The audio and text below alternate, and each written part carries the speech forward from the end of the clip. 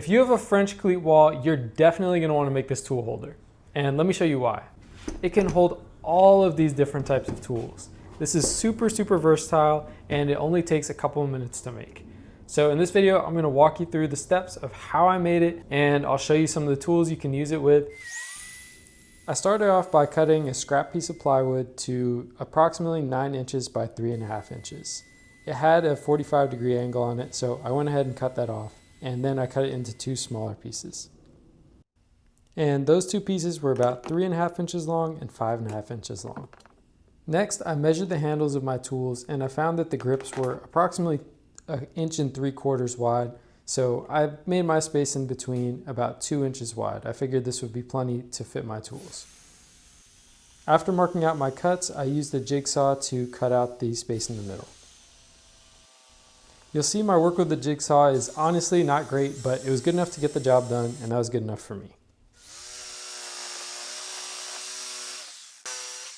I forgot to film it, but the next step that I took was to cut a little 45-degree angle off of the corner of a 2x4. That made this little wedge that you can see here. I then glued and screwed that to my smaller piece of plywood. Next, I glued and screwed the top part on, and I was pretty much done. Then I traced that out onto another piece of plywood that already had a 45-degree angle, and this will serve as the French cleat. Next, I marked out approximately where I needed my screws to be, and then I used a countersink bit to countersink some holes to put some screws in.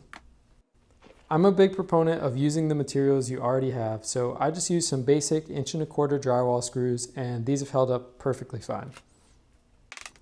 And finally, I just worked on getting everything lined up, made sure my holes were countersunk enough that the screws wouldn't interfere with the French cleats, and then I screwed it in.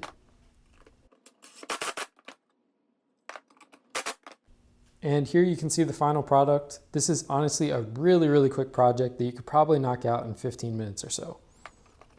Lastly, I gave it a quick sand and it was good to go.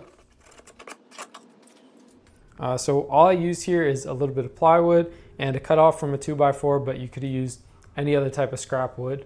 And this works perfectly with my French cleat wall. Thank you so much for checking out today's video. I really hope that you enjoyed it, and if you found it helpful, please make sure to like this video and also subscribe to the channel for more great DIY and woodworking content.